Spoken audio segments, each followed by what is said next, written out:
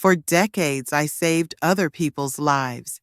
I set up IVs, listened to strangers' hearts, held the hands of those who were afraid to die. But when my brother was dying, I had nothing except access to the medications he could not afford. I stole them, believing I was saving him. In the end, I found myself in a prison cell, and every day I asked myself, whom did I betray more? The law, my profession, or myself? If this story resonated with your soul, click subscribe and let me know in the comments which city or country you're listening from. I'm truly curious to know where you're tuning in from. My name is Margaret Holloway, and I was 47 years old when the walls of the hospital began to feel less like a place of healing and more like a mirror reflecting my own desperation. I had been a nurse for over 20 years in Denver, Colorado, working through long shifts that stretched deep into the night, sometimes forgetting to eat, sometimes forgetting to breathe, but never forgetting the reason I was there. I had once believed the hospital was the only place in this world where chaos could be turned into order, where science and compassion fused to hold death at bay, even if just for a little while. The white walls of the corridors had always calmed me. Other people found them cold, sterile, unwelcoming, but I found comfort in their consistency. They never changed, even as patients came and went, even as tragedies unfolded behind curtains and screens.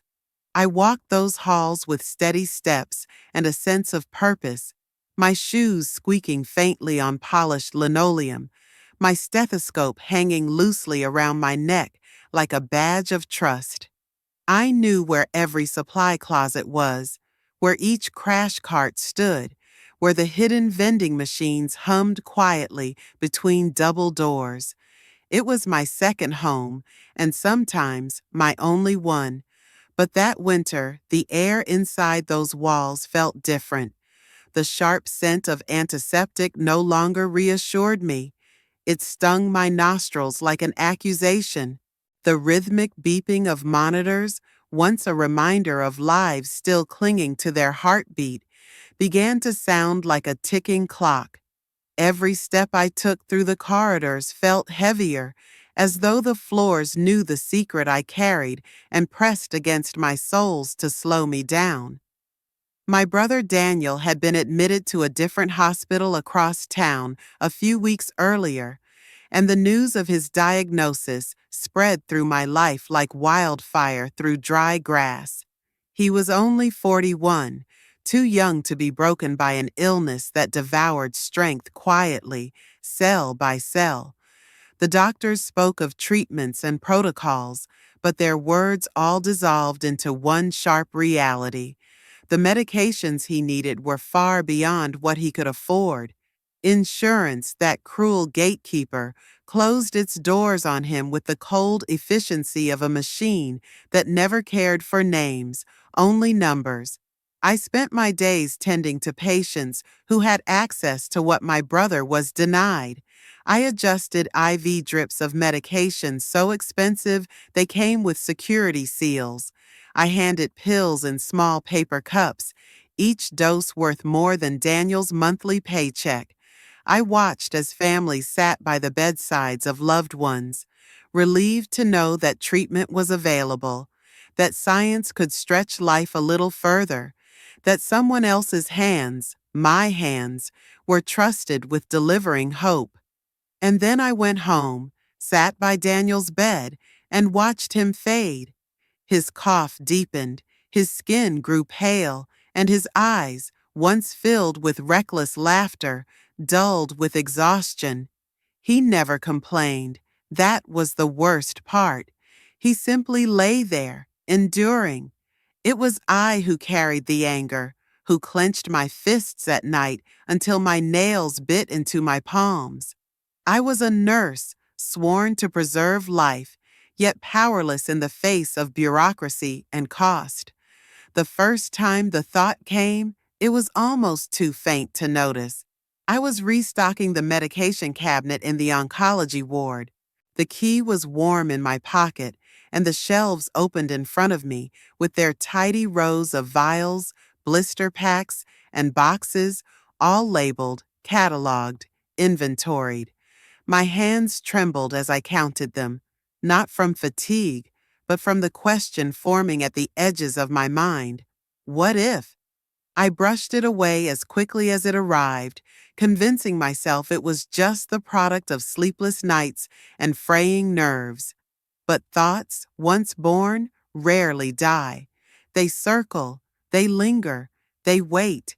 And every time I saw Daniel's hollow face, every time I smelled the antiseptic tang of the hospital halls, every time I handled medications with care for those who could pay, while my brother withered without them, the thought grew stronger. The walls that had once sheltered me began to glare. They were no longer neutral. They judged me. The linoleum shone too brightly, reflecting my unease back at me. The charts in my hands blurred as if the ink itself accused me of hypocrisy. My fingers trembled when I took vital signs, when I folded blankets, when I placed a hand on a patient's shoulder to offer comfort. Trembling hands in a world that demanded steadiness. I started to linger longer in the medication room. The fluorescent light buzzed faintly overhead, the air cooler than the rest of the ward. I would stand there after completing my counts, staring at the boxes as though they were locked treasure chests. Each vial held both salvation and condemnation. Each bottle seemed to whisper Daniel's name. I imagined slipping one into my pocket, just one, and walking away unnoticed. I rehearsed the movements in my mind as though practice could absolve me.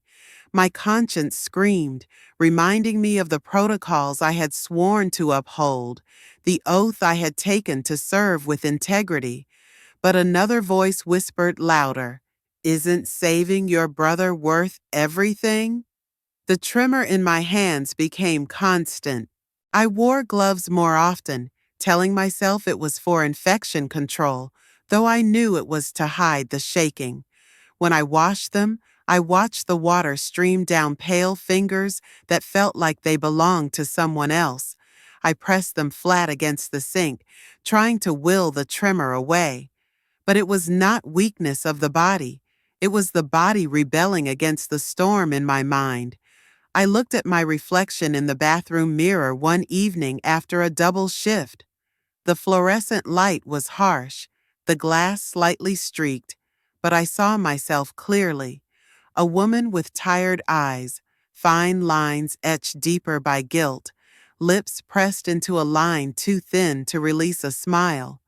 I thought of all the years I had dedicated to patience, the nights without sleep, the meals skipped, the sacrifices made.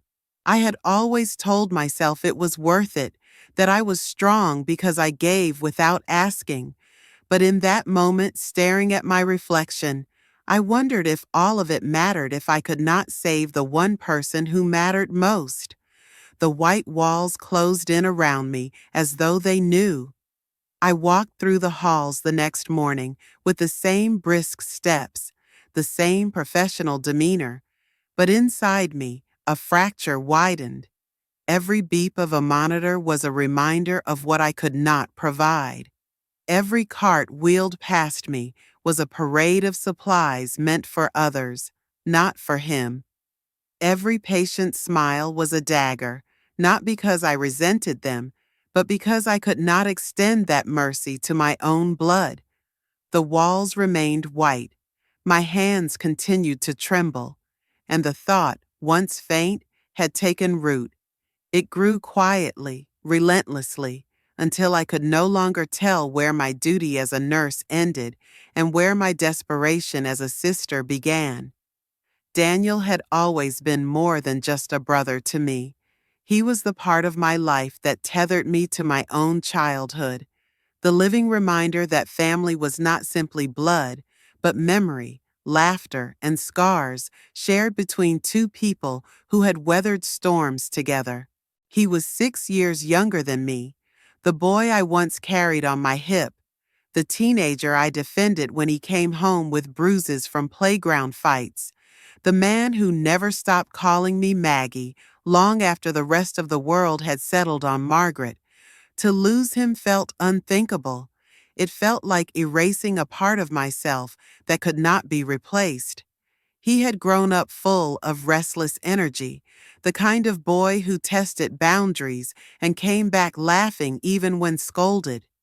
Later, as a man, he had not lost that streak of defiance, though it had mellowed into humor rather than rebellion.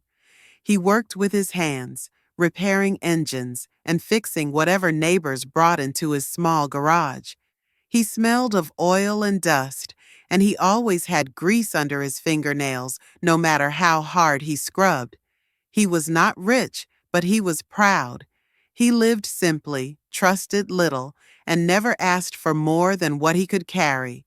Then came the sickness, an invisible thief that robbed him quietly. At first it was fatigue, shrugged off as overwork. Then came the fevers, the coughing that lingered too long, the weight he lost faster than he could explain. I remember the first time I noticed the hollows beneath his cheekbones, the way his collarbones stood out like ridges under his shirt. It struck me with a coldness deeper than winter air. He smiled when I asked, brushing it off, insisting it was nothing, that he was fine. But his smile no longer reached his eyes. The diagnosis arrived like a blunt instrument. I sat beside him in that small clinic room while the doctor explained the progression, the treatment plan, the hope and the cost. The words blurred together, tangled in a language that I had once trusted. Milligrams, cycles, protocols, insurance authorizations. Words that were supposed to represent life now felt like barriers. He needed the drugs. He needed them soon. But the figure written at the bottom of the page might as well have been a death sentence. Daniel tried to joke about it. He said he had never been worth that much before, that perhaps he should frame the bill and hang it in his garage. But I heard the catch in his voice, the tightness behind the humor. He knew as well as I did that money would not appear. His insurance had loopholes wide enough to let him fall straight through, and the company answered with cold letters stamped "denied." He lived paycheck to paycheck, and the kind of drugs he needed were priced as though they were jewels locked behind glass. I visited him every evening after my shifts. His small house smelled of damp carpets and machine oil. The garage, once a place of steady work, now stood silent, tools left scattered on the bench where his hands had grown too weak to lift them. I cooked him soup and coaxed him to eat, but often he could not finish half a bowl. I adjusted his blankets and listened to his shallow breathing as night settled heavy around us. He never asked me for anything. That was Daniel, stubborn to the last breath. He insisted he would manage, that he would not be a burden. But I saw the truth written in the pallor of his skin, in the way his hands shook when he tried to grip a wrench. It haunted me that strangers in my ward received what he could not. I handed out pills to patients whose families never saw the bills, adjusted IV drips filled with medications that could cost thousands per dose, watched lives extend because money smoothed the path. Then I went home to my brother, who lay in a bed that grew colder each night. He tried to hide the pain from me, but I could see it when he turned his head toward the wall, thinking I would not notice the wince that creased his forehead. Every memory of our childhood rose to the surface. The summers we spent chasing fireflies in the yard, the nights we hid under blankets during thunderstorms, whispering to each other that everything would be all right. The Christmas mornings when he tore open presents with the excitement of a child who believed the world held only wonders. The years had dulled those moments into recollections tucked into the corners of life, but now they returned sharp, demanding, as if reminding me of what was at stake. I thought of the time when he was 12 and broke his arm falling from a tree. I had ridden with him in the back of the truck to the hospital, clutching his hand as he cried through clenched teeth. I had promised him then that I would always protect him, that nothing would ever hurt him again if I could stop it. That promise, spoken in the recklessness of youth, still echoed in my mind decades later. Now, facing his illness, it was no longer a child's vow. It was a duty etched into my very being. The system told us there was no way forward without money. The doctors said their hands were tied. The pharmacies demanded payment before they would dispense hope. But I could not accept that the life of my brother, the boy I once carried, the man who had stood beside me in every storm, could be measured in bills and balances. He grew thinner, his voice rasped.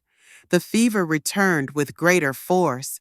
I sat by his bedside, holding a damp cloth against his forehead, and listened as he whispered about dreams of riding his motorcycle again, of fixing up the old Chevy in his yard, of seeing the mountains in the fall one more time. Dreams that seemed so simple, yet so unreachable. I could not watch him slip away while I stood in hallways surrounded by the very drugs that could keep him alive. I could not pretend that my role as a nurse was only to obey orders while my own family faded into shadows. I was not blind to the risk. I knew what theft meant. I knew what it would cost me. But when I looked into Daniel's eyes, clouded with pain, yet still searching for light, I felt the promise of our childhood pressing against my chest. I could not lose him, not to money, not to bureaucracy, not to a world that weighed profit above breath. And so the thought that had once been a whisper grew louder. The walls of his small house seemed to close in, demanding an answer. My hands shook as I folded the blanket tighter around his frail body. The silence between us filled with the unspoken truth. I would do anything, absolutely anything, because he was not just my brother. He was the part of me I could never bury. The medication room was never supposed to feel like a place of temptation. It had always been a space of order, of quiet rituals that balanced the chaos of the ward. A narrow room with sterile counters, locked cabinets, shelves lined with boxes in perfect rows.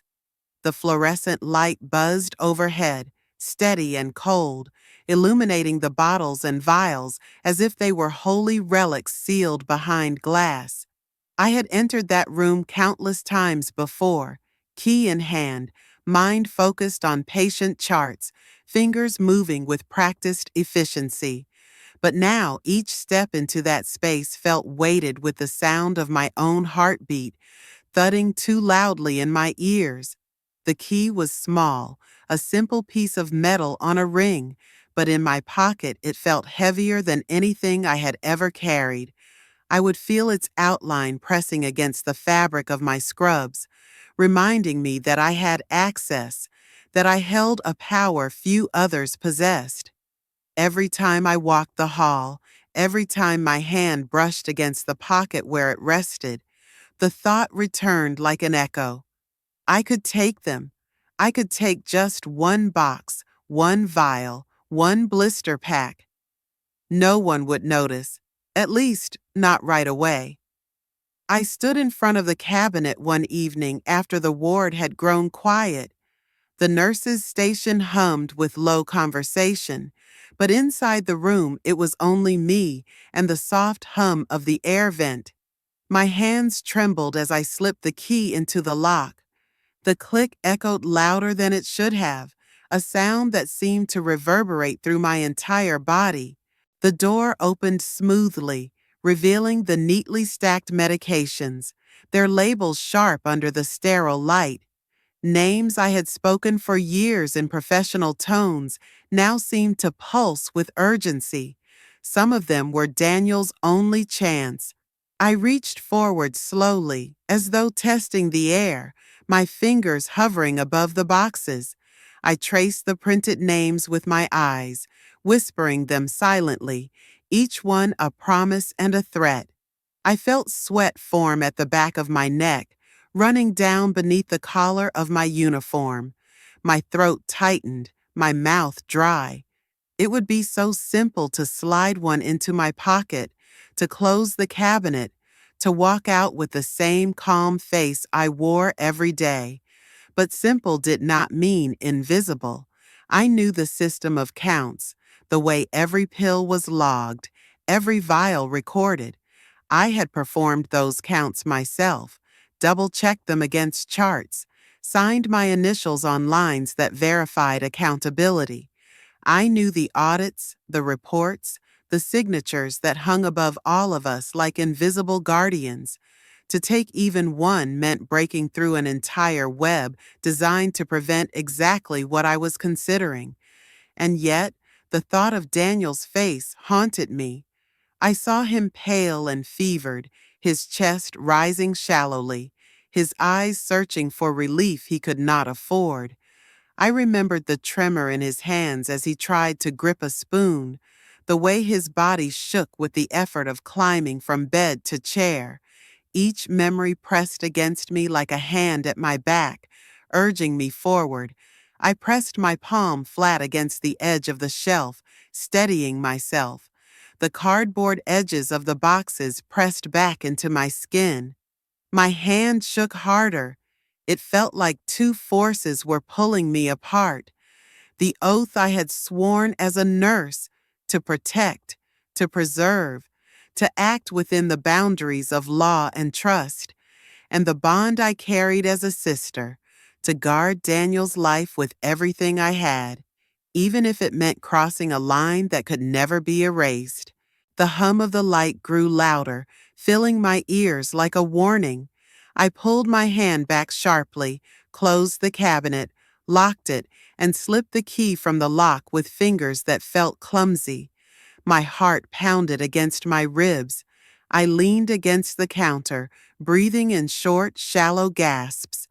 The thought had been there before, but now it had taken shape. My hand had reached for it. My hand had almost taken it. The next day, the temptation was stronger. I found myself glancing at the cabinet each time I passed, as though its presence had grown larger, heavier. The routine of medication rounds felt unnatural, mechanical. I counted pills with more care than ever, my eyes scanning labels as though committing each to memory. I heard the voices of my colleagues around me, laughter, conversation, the rhythm of ordinary life, and I wondered how none of them seemed to feel the same pressure pressing in from all sides. For them, the cabinet was a tool. For me, it had become a question, one that demanded an answer. I began to linger at Daniel's bedside longer each evening, watching the rise and fall of his chest, listening to the uneven sound of his breathing. He tried to reassure me, telling me he was fine, that he was tough, that he could endure. But I could see the truth written across his skin. The shadows beneath his eyes had darkened. His voice had grown weaker. Each time he smiled, I could see the effort it took. And each time I left him, the image of the cabinet returned sharper than before. At work, I started imagining scenarios. Perhaps I could take a vial during a busy shift, when the ward was distracted. Perhaps I could miscount, sign off without checking, let a number slip. Perhaps I could justify it as a clerical error, something that could be lost in the shuffle. The possibilities multiplied in my mind until they became an entire shadow world of what-ifs and maybes, a constant whisper beneath every task. One evening, I returned to the medication room alone again. My hand moved automatically to my pocket, drawing out the key. It glinted faintly in the fluorescent light, a small piece of metal with the weight of my entire future pressed into its grooves. I slid it into the lock once more, heard the familiar click, felt the release. I opened the door. The medication stared back at me, silent, unjudging, waiting. My hand rose again, trembling but steady enough to touch the box I needed. My fingers brushed against the smooth cardboard, felt its corners. I curled my hand around it, lifting it just slightly from the shelf. It was lighter than I imagined. Too light to carry the weight of life and death. Too light for the burden it held. I froze there, the box in my hand, my breath shallow. For a moment, the world seemed to collapse into silence. The hum of the light vanished, the sound of distant footsteps muted, even the rush of blood in my ears stilled. It was just me, my hand, and the choice. And then I set it back down, slowly, carefully. My hand lingered on it a moment longer, then pulled away. I closed the cabinet, locked it again, slipped the key back into my pocket. I leaned against the counter once more, my body trembling, my hands clammy. But I knew as I walked out of that room that it was no longer a question of if, it was only a question of when. The courtroom smelled of varnished wood and old paper, a strange mixture of order and dust. I had walked into hospitals for decades, places where urgency hung in the air like static, but this space carried another kind of tension, one that pressed down silently, leaving no room to breathe. The walls were paneled in dark oak, polished to a sheen that reflected the light of the high windows. The flag in the corner hung stiffly, and the seal above the judge's bench glared down with cold authority. Everything about the room was designed to remind me of my smallness. I sat at the defense table, my hands folded so tightly in my lap that my knuckles ached. My lawyer sat beside me, flipping through files with the quiet efficiency of someone who had been here too many times before. He was not unkind, but I could sense his distance. I was another case, another number on his crowded schedule. I wondered if he believed me when I told him why I had done what I did, or if he had learned long ago not to attach belief to the people he represented. The prosecutor's table gleamed with confidence, papers stacked neatly, pens lined up as if even their tools demanded discipline. He stood tall when he spoke, his voice filling the room with the authority of someone who never questioned his right to be obeyed. He described me in terms that sounded like they belonged to a stranger: theft, breach of trust, calculated intent. Each word hit me like a stone, flattening the air in my lungs. He never mentioned my brother. He never spoke of sickness, of desperation, of nights spent holding his hand while fever burned through him. The story of why I had done what I did had been erased, replaced with the cold script of law. The witnesses came, one after another: the pharmacist who noted discrepancies in the records, the hospital administrator who testified about procedures, a colleague who recalled seeing me in the medication room at odd hours. Their voices were steady, professional, polished for the stage of the court. None of them looked at me. Their eyes skimmed past me, fixed on the papers, the questions, the facts as they had been arranged. Facts stripped of flesh, facts without soul. I felt myself shrinking under the weight of it all. My life, my choices, my love for Daniel, all distilled into bullet points on a page. The boxes I had opened, the vials I had touched, the numbers that no longer matched. Each detail became a nail hammered into the structure of guilt being built around me. When it was my turn to speak, I rose slowly, my legs trembling as though I had forgotten how to stand. The oath was read, and I lifted my hand, feeling its tremor betray me. I tried to steady my voice, but it wavered as I explained. I told them about my brother, about his illness, about the impossible cost of the medications that could keep him alive. I told them about the nights I spent at his bedside, the hours I counted his breaths, the way his laughter grew thinner until it vanished. I admitted that I had taken the drugs, that I had done what they accused me of, but I begged them to see the reason. The silence afterward was not sympathetic. It was heavy, unyielding, like a door closing. The prosecutor stood again, dismantling my words piece by piece, turning compassion into manipulation, love into excuse. He painted me as reckless, selfish, willing to put others at risk for personal reasons. He reminded the jury that laws existed to protect society, not to bend for individual tragedies.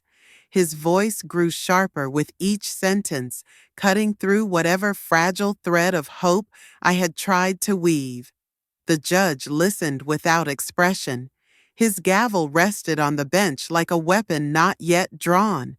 The jury shifted in their seats, eyes flicking toward me, then away, as if unwilling to hold my gaze too long.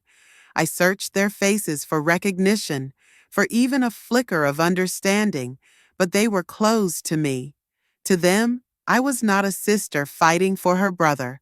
I was a nurse who had broken trust, who had taken what was not hers, who had crossed a line society could not forgive. The verdict came faster than I expected. The jury filed out, and I sat in silence, my palms pressed against my knees, my nails digging crescents into the fabric of my skirt. When they returned, their faces were unreadable, but the words were clear. Guilty. The sound of it echoed through me, louder than any monitor, sharper than any alarm I had ever heard in a hospital. The judge's voice followed, calm, measured, final. He spoke of consequences, of laws broken, of sentences required. His words flowed like a river I could not stop, carrying me downstream into a place I had never imagined for myself. He mentioned betrayal of professional ethics, disregard for accountability, the need to uphold the trust of the community. Not once did he mention Daniel. To him, my brother did not exist. I stood as he read the sentence, my body cold, my mind blank. The world tilted around me, and the wooden walls seemed to close in, pressing against my chest. The gavel struck, sharp and final, sealing my fate with a sound that left no room for appeal. As they led me away, I turned once to look at the courtroom. The benches were half empty, the flag still hung stiffly, the seal still glared down. It was as though nothing had changed in that space, but inside me, everything had broken. The trial had never been about my brother, or my reasons, or the heart behind my actions. It had been about the law, rigid and blind, demanding a sacrifice, and I had been chosen to pay it.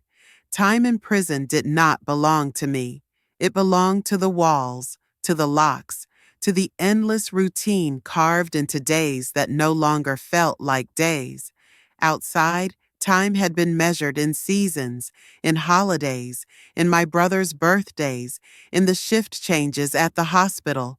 Inside, time shrank to a sequence of sounds and steps, a strict rhythm that pressed into my skin until it became part of my breath. The calendar no longer lived on paper or screens. It lived in the clanging of metal doors, in the barked commands of guards, in the shuffle of feet across the worn concrete floors. The first morning began before the sun had risen. A voice rang down the corridor, followed by the harsh slam of bars. lights flicked on with the violence of a blade, searing white into my eyes. I sat up on the narrow mattress, my neck stiff from the flat pillow, my mouth dry with the metallic taste of recycled air. Around me, the other women moved with mechanical resignation, their bodies trained to respond without hesitation. I tried to match their pace, though my hands fumbled with the rough fabric of the uniform.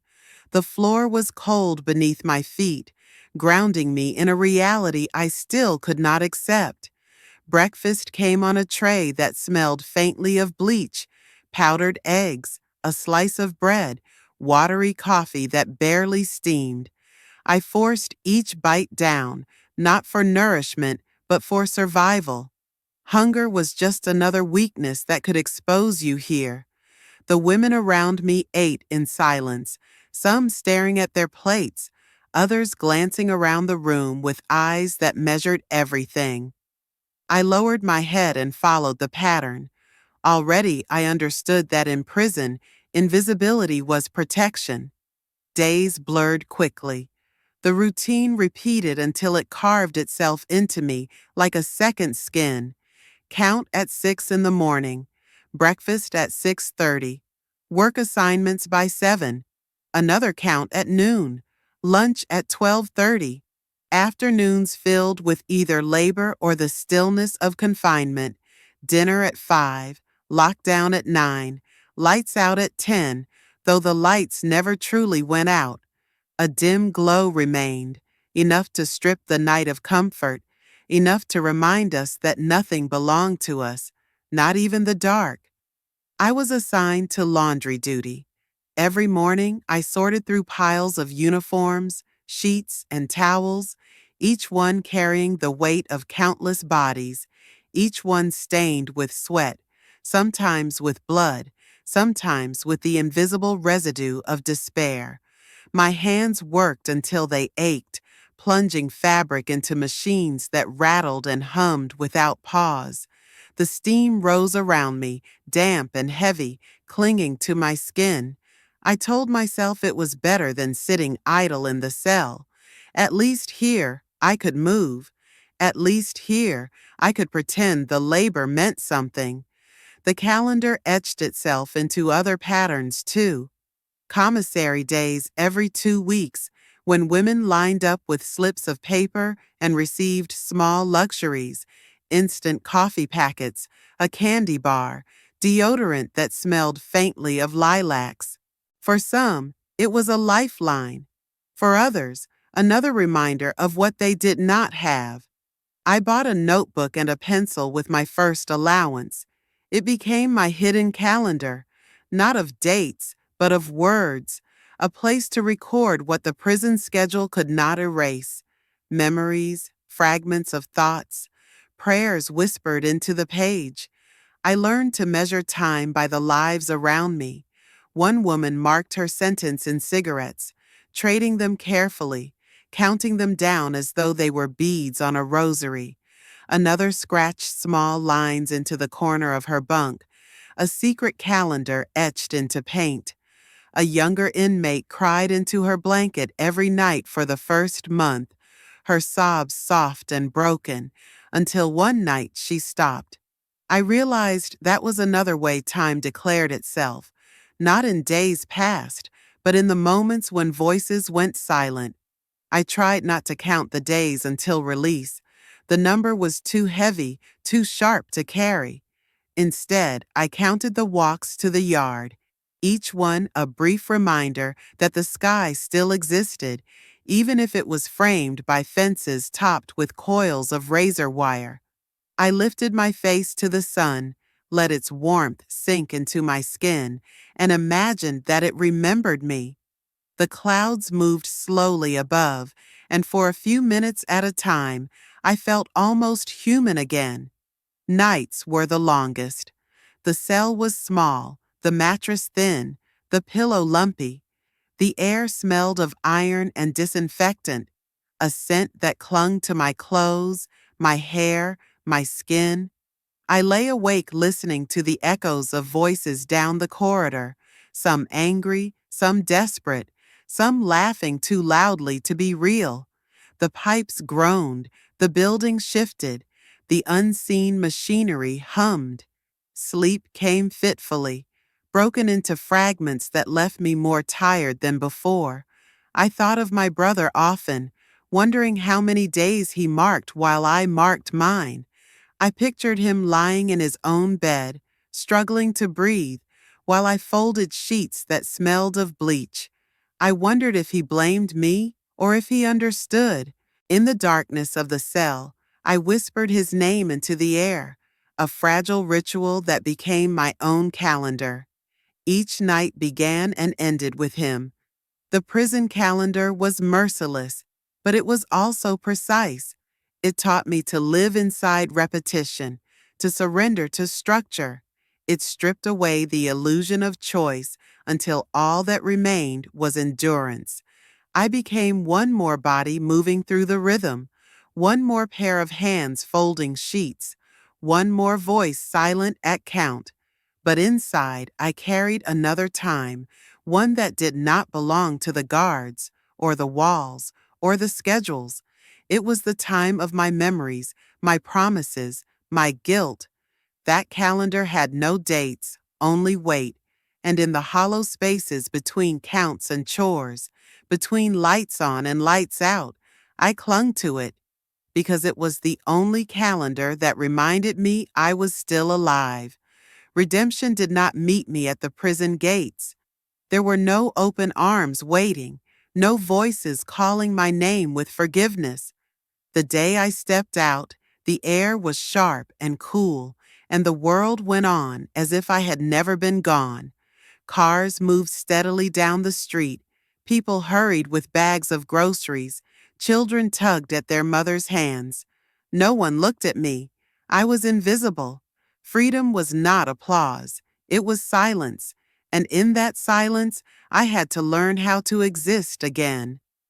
I rented a room above a laundromat, the kind of place where the walls carried the faint vibration of machines running all day, where the smell of detergent clung to the air even at night.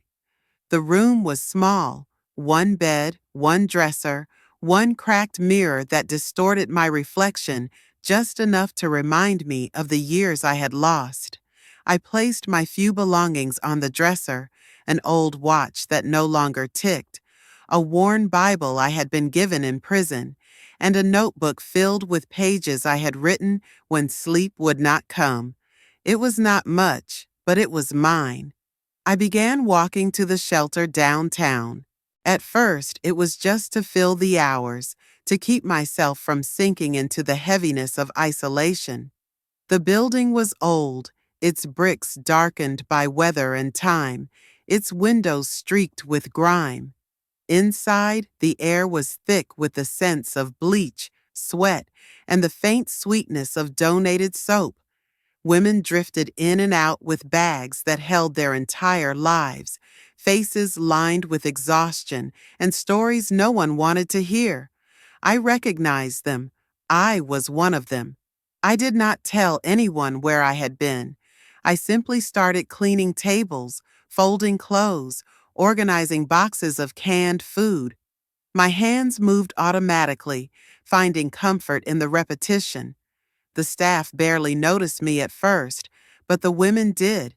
They watched me with wary eyes, testing my presence, measuring whether I belonged. Slowly, over weeks, they began to ask small things of me: help with a form, a question about where to find soap, a request to sit with a child while they stepped outside for a cigarette. Each task was simple, but each one filled a space inside me that prison had hollowed out. One afternoon, a woman named Lorraine sat across from me at a plastic table. Her hands were raw from cold air, her nails chewed down to the quick. She pushed a stack of papers toward me, pages bent and smudged, asking if I could help her fill them out. It was an application for medical assistance. The questions were simple, but her eyes were clouded with confusion, and her hands shook when she tried to write. I guided her slowly, letter by letter, as she copied her name, her address, her history. When it was finished, she pressed her hand over mine, rough against rough, and whispered a thank you that carried more weight than any verdict I had ever heard. It was in those moments that I began to understand what redemption looked like for me. It was not a grand return to the profession I had lost. My nursing license was gone, my career erased, but I still had hands, I still had patience, I still had the ability to listen. These were the tools I carried now, and they became the way I stitched myself back together. The shelter became my new calendar. Mondays were for sorting donations, Tuesdays for paperwork, Wednesdays for cleaning. The rhythm steadied me. The women began to know my name, not nurse, not inmate, just Margaret. It felt strange at first, almost foreign, to be called simply by my name without title or accusation. It was a kind of dignity I had forgotten. At night, back in my small room, I wrote letters I would never send. To the judge, to the prosecutor, to my brother. I began each one the same way. I did what I thought I had to do, and I ended each one with, I am still here. The words filled the pages like stitches across a wound. Some nights I tore them up and watched the pieces scatter into the trash. Other nights I stacked them neatly, as if saving them for some invisible witness who might one day understand. There were moments when guilt still pressed hard against my ribs, when I replayed the trial in my mind, when I imagined all the paths I could have taken but did not. Yet in the shelter, surrounded by women who had been abandoned by the very structures meant to protect them, I felt less alone in my mistakes. They had stories, too, of choices made in desperation, of survival bought at terrible cost. Listening to them was like listening to echoes of myself. In their pain, I found reflection. In their endurance, I found courage. Redemption was not clean. It was not a light breaking through clouds. It was heavy and uneven, like pushing a cart with a broken wheel. But each day that I rose, each day that I put on my coat and walked to that shelter, each day that I listened, helped, folded, or cleaned, I reclaimed a piece of myself. Not the nurse I had been, not the woman I once imagined I would become, but a different self, one stitched together from broken parts, quieter, steadier, more honest. I never sought recognition. I never told the women why I was there, what I had done, or what I had lost. It wasn't necessary. They didn't need to know the details to understand me. They knew enough. They knew that I stayed, that I showed up, that I listened without judgment. That was my offering, my penance, and my salvation. Redemption without a stage meant no one applauded. No one stood to say my name with pride. No one erased the record that followed me wherever I went. But it also meant I no longer needed an audience. I no longer sought permission to forgive myself. I earned it quietly, through the rhythm of days, through the weight of small kindnesses, through the steady pulse of hands that trembled but did not stop. And slowly, without ceremony, without witnesses, I began to believe that even a broken life could be mended in silence.